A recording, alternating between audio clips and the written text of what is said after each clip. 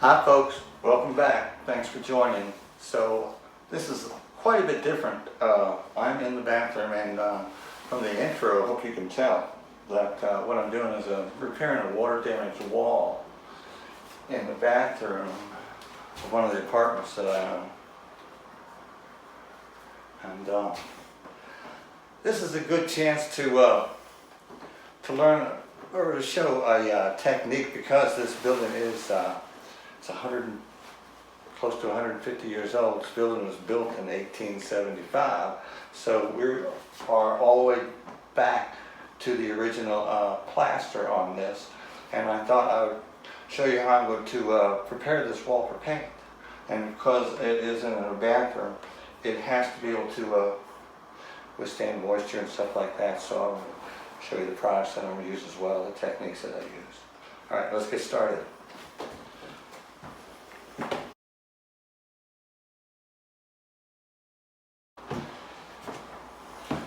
All right, I've adjusted the camera slightly to get some of the window out of it. Hopefully I won't black and go ghost on you here. And I'm already about mid-project on this before I realized this would probably make a good video. So I don't have any sound equipment with me, so I'm hoping the iPhone is going to come through for me. Okay, so if not, then I'll dub it later and we'll fast forward. We may do that as anyway. Watching people wash walls is kind of boring.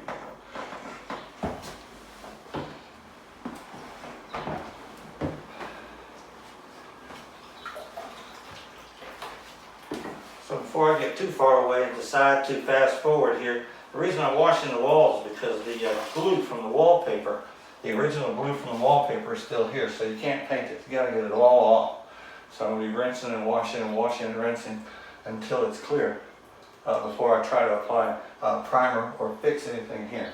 So washing.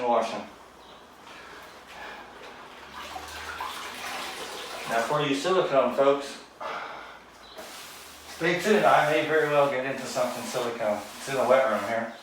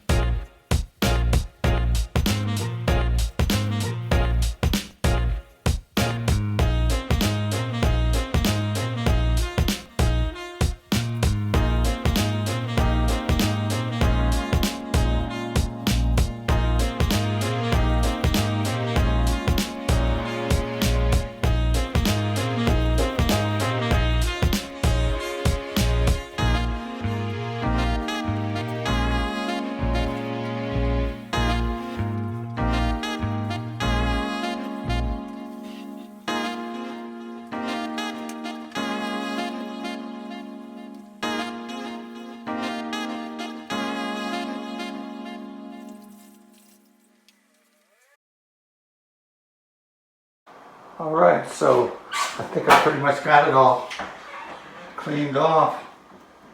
and wipe down. Didn't leave a mess, and here's more of that project there. It's all ready. Everything's been cleaned. Everything loose has been beat at. And it looks really good, and the way I can tell is because my glasses has so much stuff on it I can't see a thing. So, light.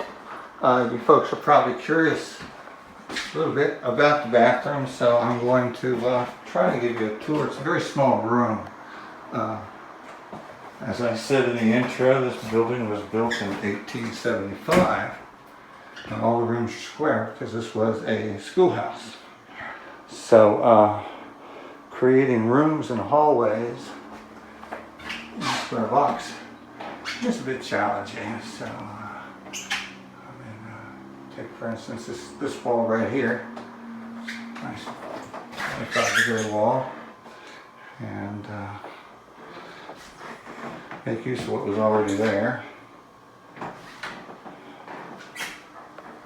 And there we are. And I'm just getting started in this room, so it is in rough shape. There's no doubt about that.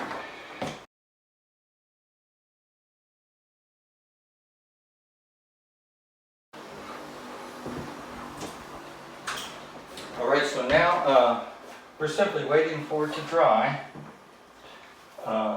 before we begin, and I'm going to check the wall, and if I got all the glue off, it'll be very, very smooth. If there's any grit, any substantial grit, well, that's still the old wallpaper glue. You need to continue wiping it down until this wall. This plaster is very smooth, so it should be very smooth.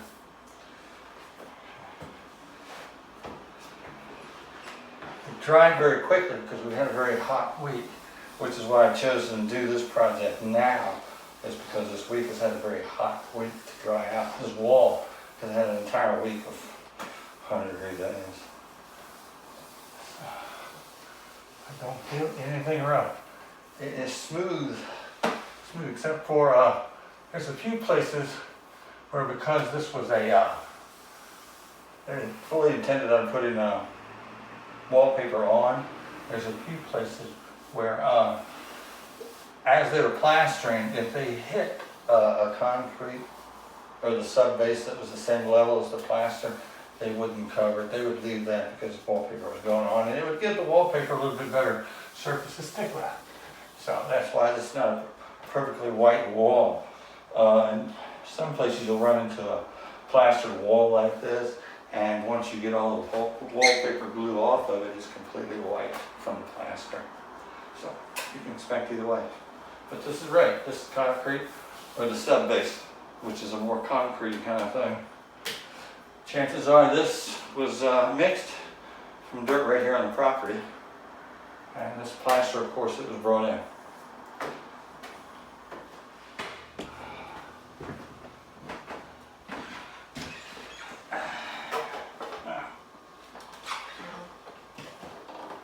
I've ended up doing quite a bit of work with drywall as a landlord and as a carpenter, and you end up with quite a collection of blades, we call them. And I'm quite proud of my blades here. Many years old, and they're still in very good condition. Do my share of sanding. So all this is for drywall, which I'm about to get into now.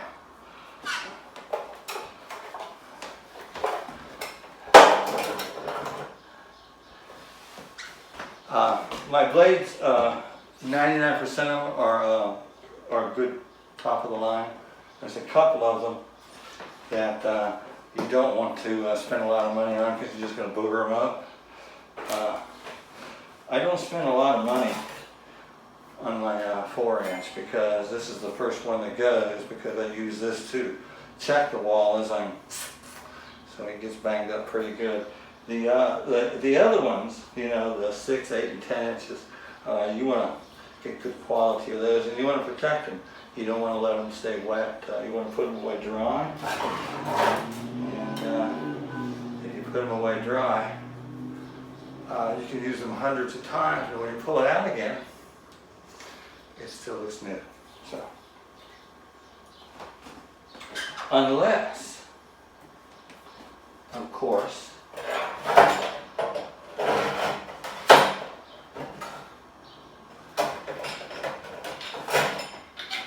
you loan your blade out, and to someone who doesn't understand it, we end up like this. We've had to doctor it up and sand the edge down, which is kind of hard to get completely flat. And I am rambling on, so let's get to this.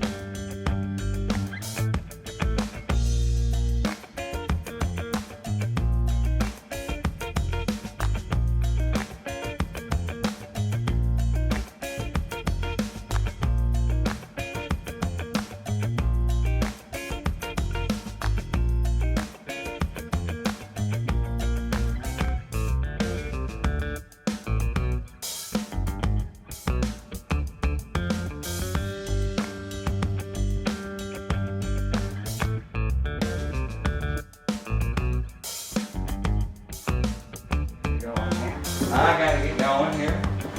So enough yakking. So I've mixed it, and I've given it just like a minute to for the mix to absorb just a little bit more of the water that's sitting mixed up in it. Okay, and I gotta be careful not to touch my glasses because this stuff will eat through whatever's here. So as a matter of fact, let me stop this and go wash it right now.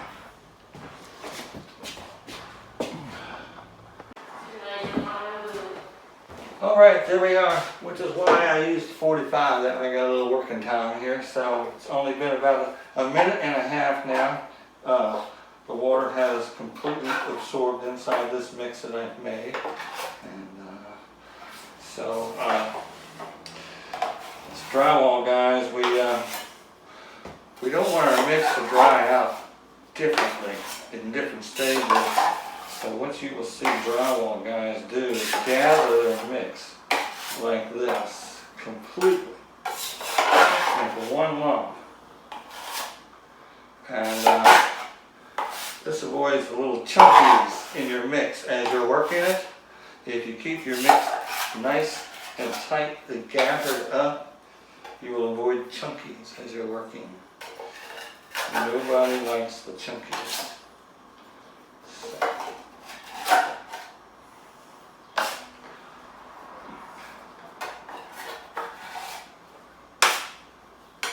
There's probably a pattern to this or something, but I've never taken time to learn something because it's actually just kind of fun to play around for a minute. Now, normal drywall mud, you can slow it down from drying by doing this, gathering it. But this stuff, no matter what you do, no matter how thin or thick it is, the entire thing is going to be set in 45 minutes.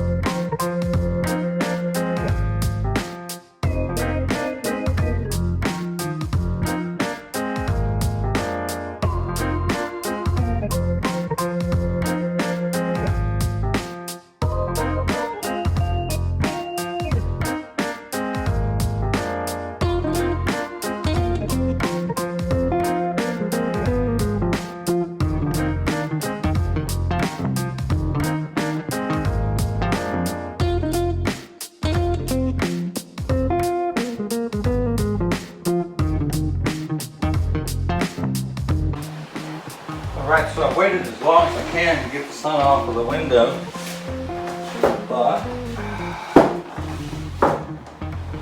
I want to move on as well. So that's what I'm going to do. And I think you can see what I'm doing here. This is in very poor condition. Major holes and gouges, and we've lost a good bit of material here. So I'm going to show you how to build that back so that you have a wall there again. And, with a minimum of fuss and mess and trouble. I like to do things as easy and most effective as I can. So I'll show you what I've come up with.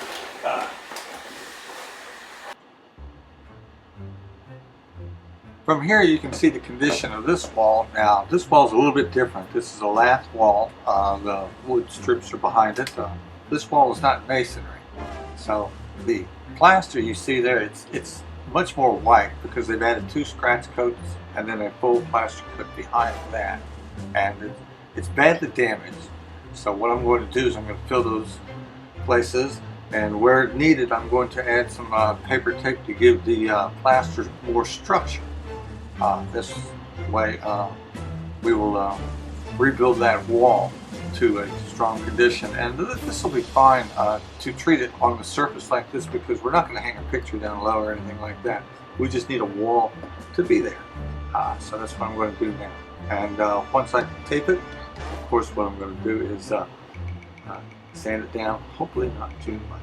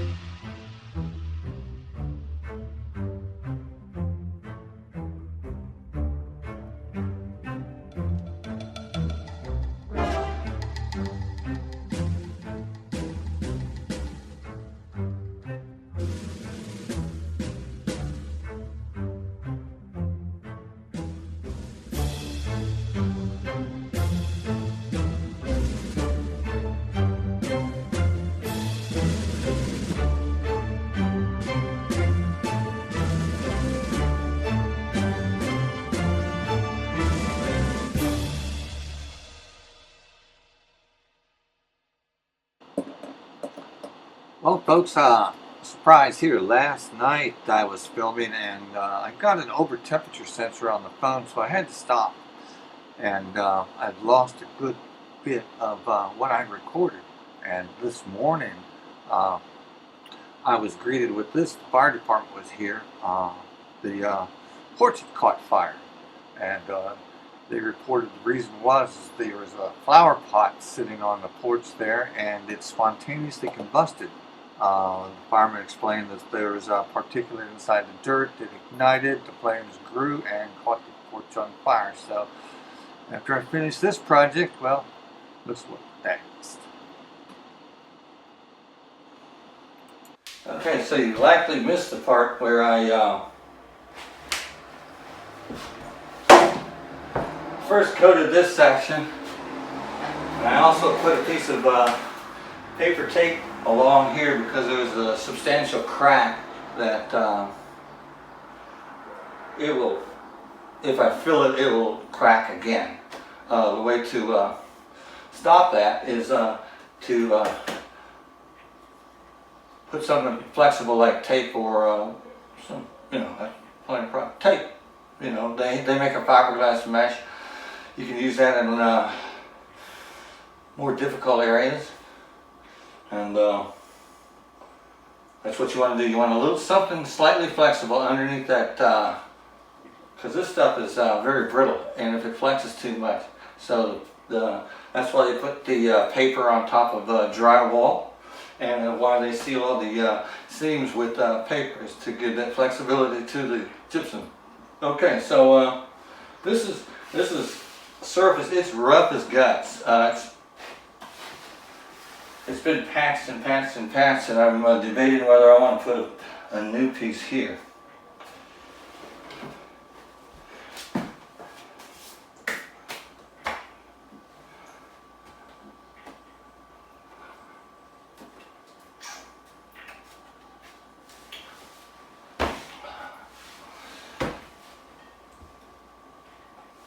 think I'm going to take this back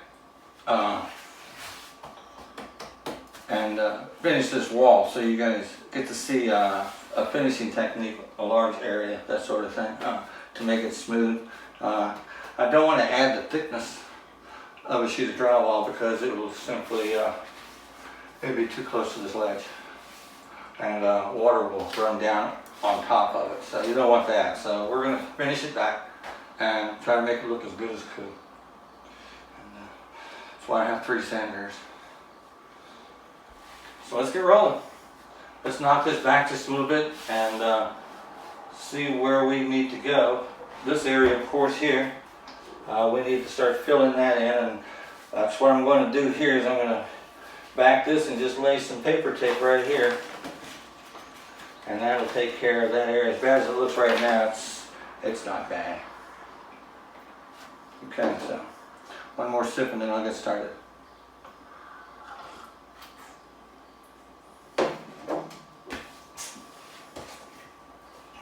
Okay, so here's what you do with your waste. You throw it on a cloth, let it dry, peel it off, throw it in the trash.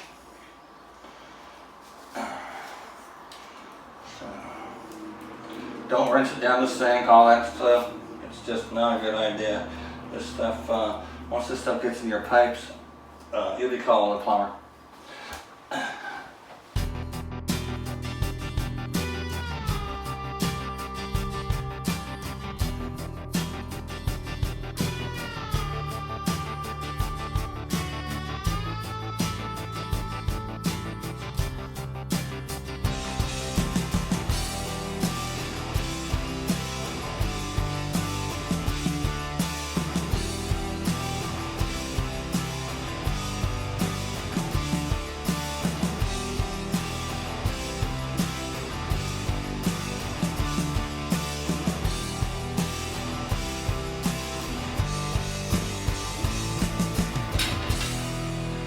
If you guys want to see stuff like this more often, let me know in the comments, because one of the reasons why I don't get out as many videos as I do is because I'm doing this.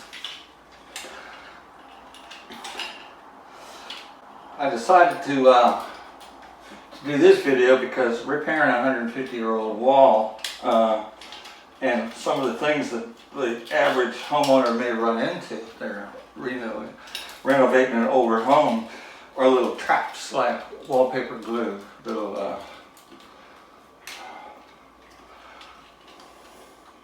if you try to paint over wallpaper glue, the glue just pulls the paint right off the wall and you get just bubbling alligator and it's a mess. And then trying to sand that off is a real nightmare. So you really have to get that glue off before you even attempt to paint. So that's why I thought I would do this video. Okay, so.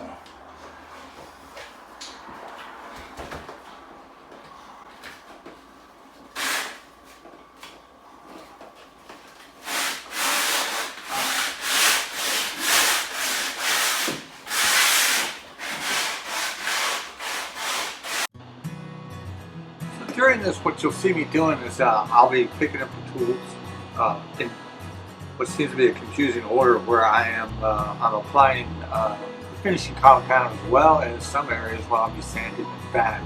And the reason I'm doing this is because, like I said, this wall, it is just so rough as guts.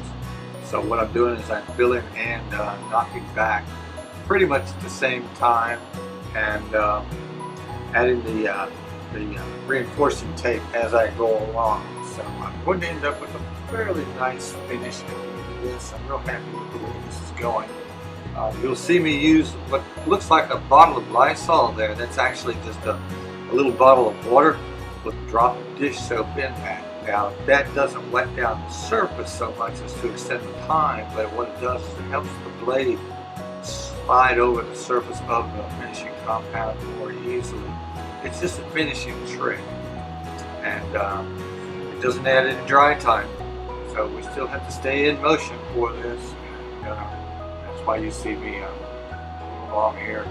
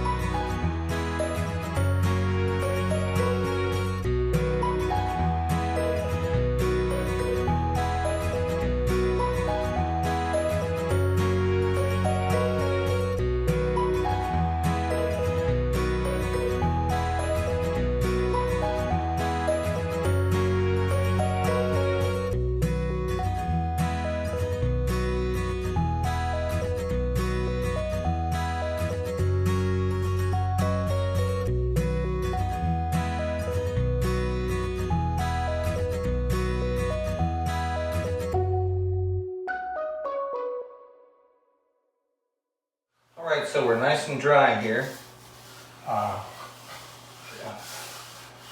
I've skimmed it fairly nicely. Now what I'm going to do to finish this off is just to knock off the high spots with the sander. And let me show you down below the window.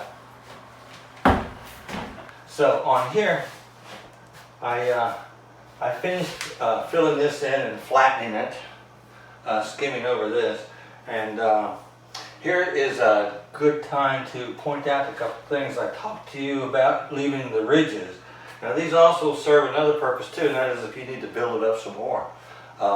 These dry ridge lines, you can actually sand them or to a certain depth, or leave them at a certain depth, and those become things for your blade to ride on to fill things out for the next surface if you need to. I don't need to do that, so I'm just going to completely remove my ridge lines, and then I'm done there and I'm ready for primer. So I got my painty jacket on, so that's where we're going next. Okay.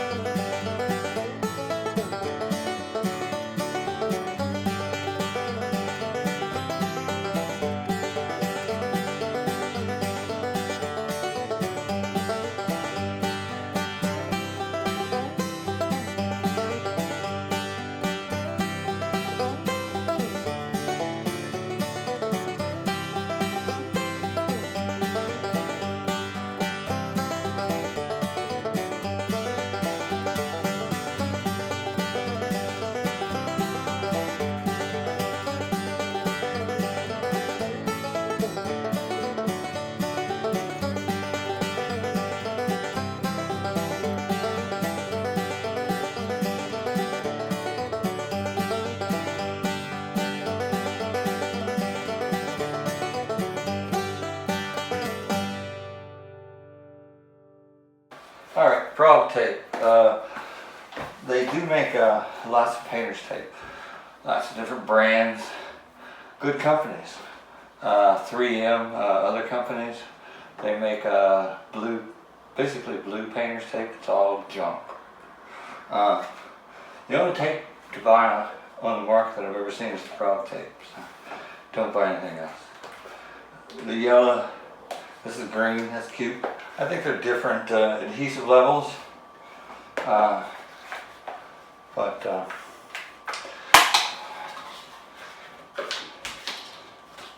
you may think that the blue tape is cheap and it goes on easy and it covers the paint, but it can be a monster getting off. I'll never happened to me too many times. So that's what I'm going to do now.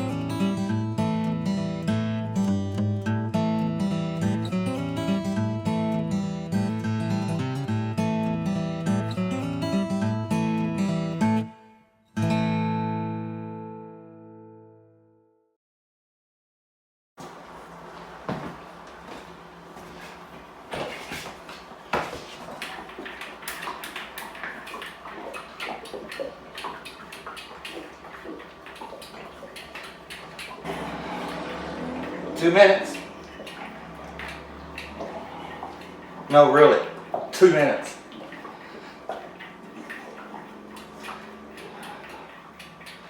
It's okay to stop in between. 2 minutes total. How long was that? 30 seconds. I'll probably end up shaking that a total of 4, 5, 6 minutes. So I'll keep going back to it for a while. Okay, now the way to open the paint and pour it out and get it ready for painting. Get you some out of here. Now, you folks are saying, you mean you telling me that there's a way you open a paint can? There sure is. And I'm going to show you how to do it properly. And the reason you do it is to save your paint.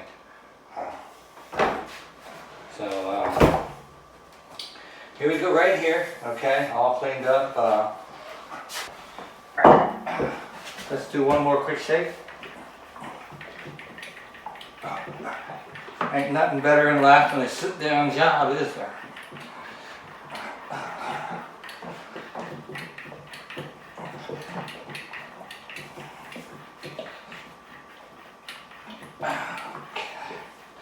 Okay, so I have shook and shook and shook, and the reason is because I don't want to open it up and have to point to a bunch of swirls in the paint. I then put the lid back on and do it some more. So that takes longer. So, alright, where to go? So a couple things you want to carry in your back pocket is a duster brush and a 5-in-1. So I'm going to need this right now, and I'm going to need a hammer. Yep, I'm going to need a hammer to prep my paint. Painting. Sure enough. Okay, now there's the front and the back to this can. All cans of paint. Okay. This has all the information on it. This has all the directions on how to use it. So read all this, memorize it, and then we're going to use this side as the spill side. You want to keep this side clean because this is where all the information is. Okay, so this is the side we're going to be doing some work too. Alright, now the 5-in-1 pointy side, it looks like a screwdriver, real wide screwdriver, and it can be, but that's the side for opening the can. And you want to go very gentle. You don't want to bend the lid, okay? So you want to go gentle, okay? And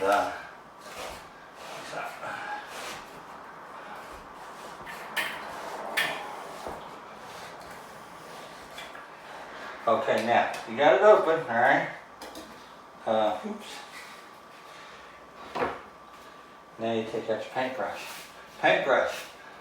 Buy cheapos. I mean, unfortunately, this one's made in China, but they do make many paintbrushes that are made in the USA that are also considered cheapos. So other countries, but what you're looking for, it doesn't matter your choice, but what you're looking for is a nice gentle tip right here, okay? And this of course is made out of plastic, suitable for oil and latex. Any other kind, let's see, yeah, oil will be fine. It's polyester, it'll last a good long time. And they smash those edges, that's why they turn white. So, and that gives that feather touch, and that's really what you want. You don't want to spend a lot of time trying to wipe back and forth. And the feathered edge helps you get by with just one swipe. Now, take the lid off, okay? Don't go anywhere with that thing, okay? Wipe off the lid, okay? Sorry, I need to turn this way for me.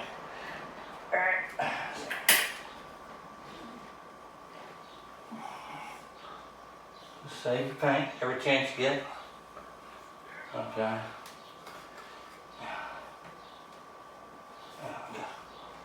Nice clean lid. Set this off to dry somewhere. Okay, now you take your 5-in-1. You take your 5-in-1 and a hammer. And what I'm going to do is, there's a seam down in here. and the bottommost part in that seam on the edge of the can, on the back side, split in the middle of the handle like this. You're going to put your pointy end of your 501 down in there, and you're going to poke a hole. This is going to allow any excess paint as you're pouring out or using the pot or whatever, excess paint to drip back into the can. That way it doesn't fill up this little channel, which is where the lid needs to go, so paint doesn't belong down in there and it doesn't run off the sides and waste paint. So, alright, now next is, you don't want to use your can to paint with. This is your supply. What you want is either, once you start rolling, you'll use the tray, but to begin with, you'll want a little work pot. And I like the coffee cans because they got a little handle. They're free. I enjoy the coffee, and then I get to use the pot. Alright, so now don't forget about your little hole that you made here. So that's the side you want to pour out of. Alright.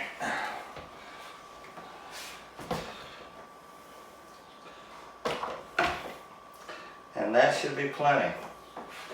Catch your drips on the way up. And put them back in your pot. Just like this. Clean out that little channel. Get it as dry as you can. Press it on with your hands just a little bit first. Alright. I'll put my hammer away. Okay. Now this explains why I got such a fuzzy end here, because it's got padding with some little duct tape. And it's a wooden handle.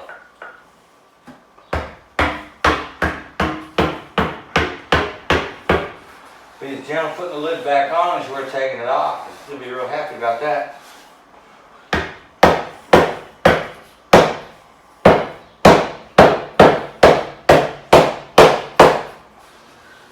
What I'm feeling for is for these two edges to be flush, flat across. Then you know you're completely sealed again. Okay, now, remember that little hole I poked? That may let in some air.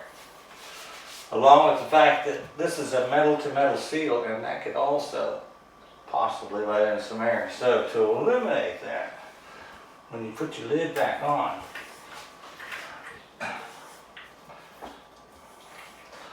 use the paint to seal the can. Alright, we're good to go for a while now.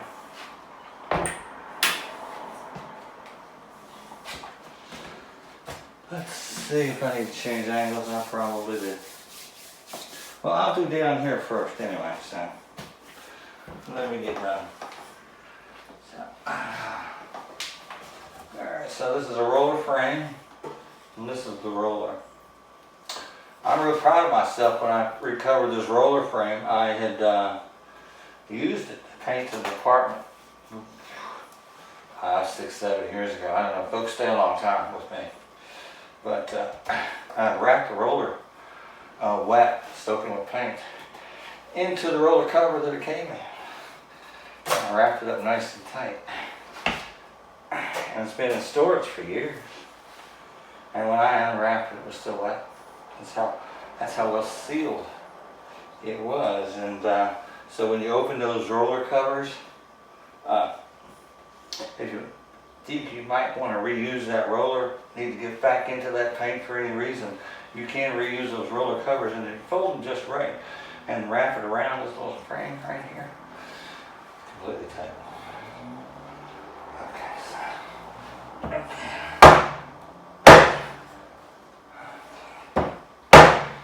well, that's all I'm going to need for that. Using a brush. Alright. Dip. A little over 1/2 inch, maybe 3/4. Dip. Okay. Pop. Pop. Don't wet. just slap it gently on the sides and down inside. No wiping, no raking, because that just wipes the paint off. All you're trying to do is get the correct amount on here. There are a lot of different kinds of brushes out there, 3-inch, 4-inch, angles, 1/2, and I don't know, all kinds of nonsense, but I do 99% of my painting with a 3-inch brush, because I can make my 3-inch brush pretty much as tiny as I want.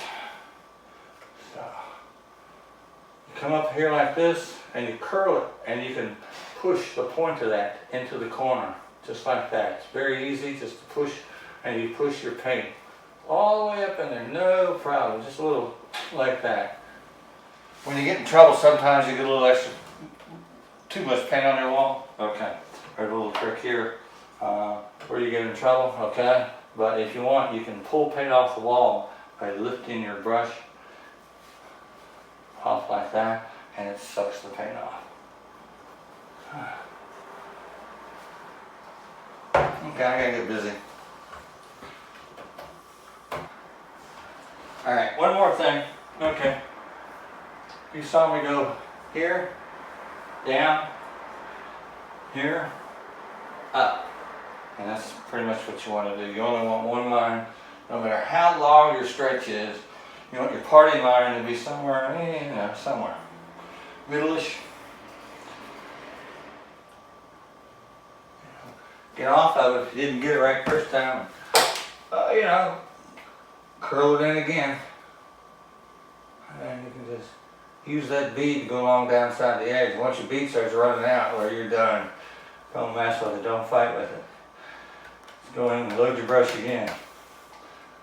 And that's called laying off right there, where I'm not painting yet. And I'll lay off a supply of paint to run into as I'm coming across, and that way I don't have to do all this back and forth and back and forth. So instead of all that, just lay off a little paint here and there, and you're going to run into it soon. So just like this, yeah. Lay off a bit.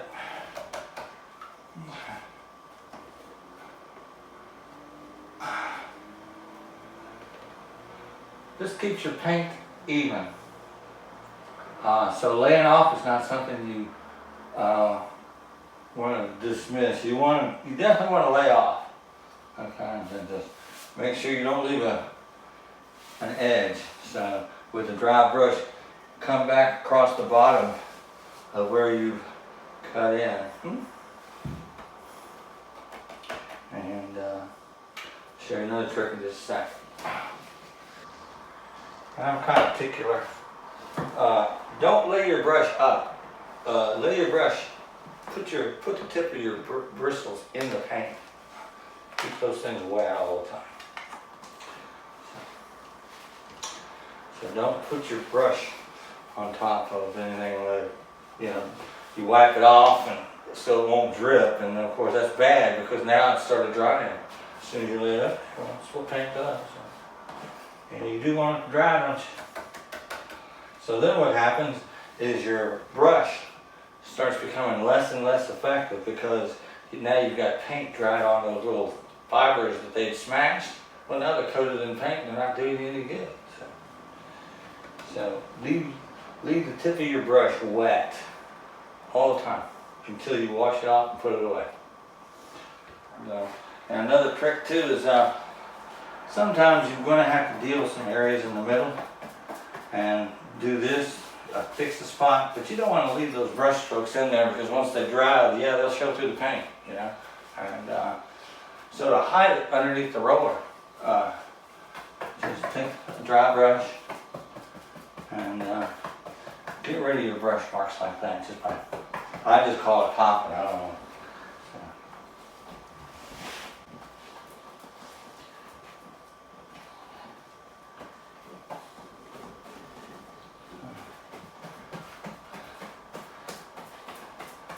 This really makes your cutting in disappear.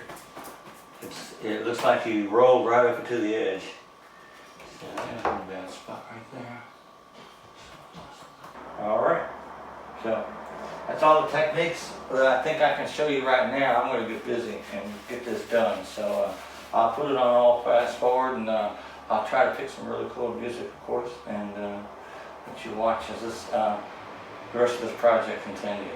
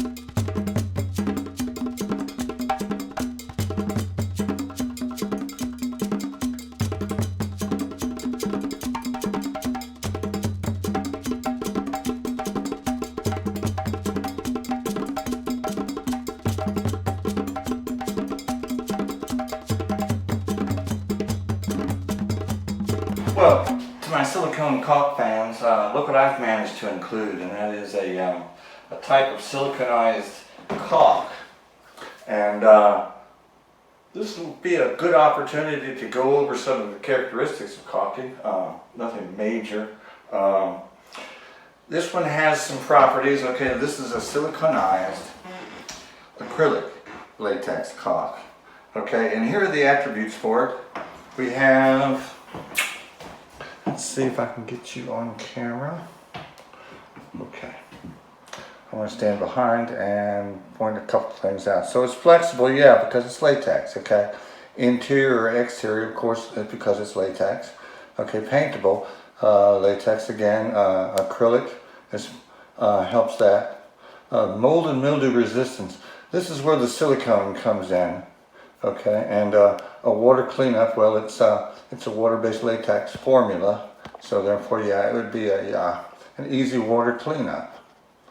Now, the reason I've chosen this, I'm not using 100% silicone because you can't paint it.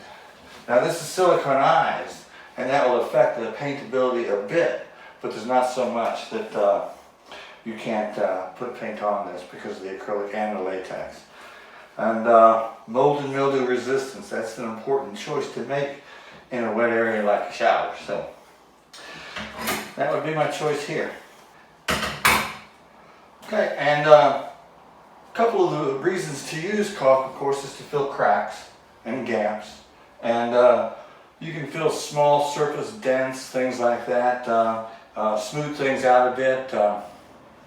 When you get to the point where the mud is really difficult to work in some of the smaller imperfections on your wall, then that's far enough for the mud, and you can fill the little stuff with just a little dab of caulk and your finger as you go along, that sort of thing. So, and we are fully primed, so we are ready to apply the caulk.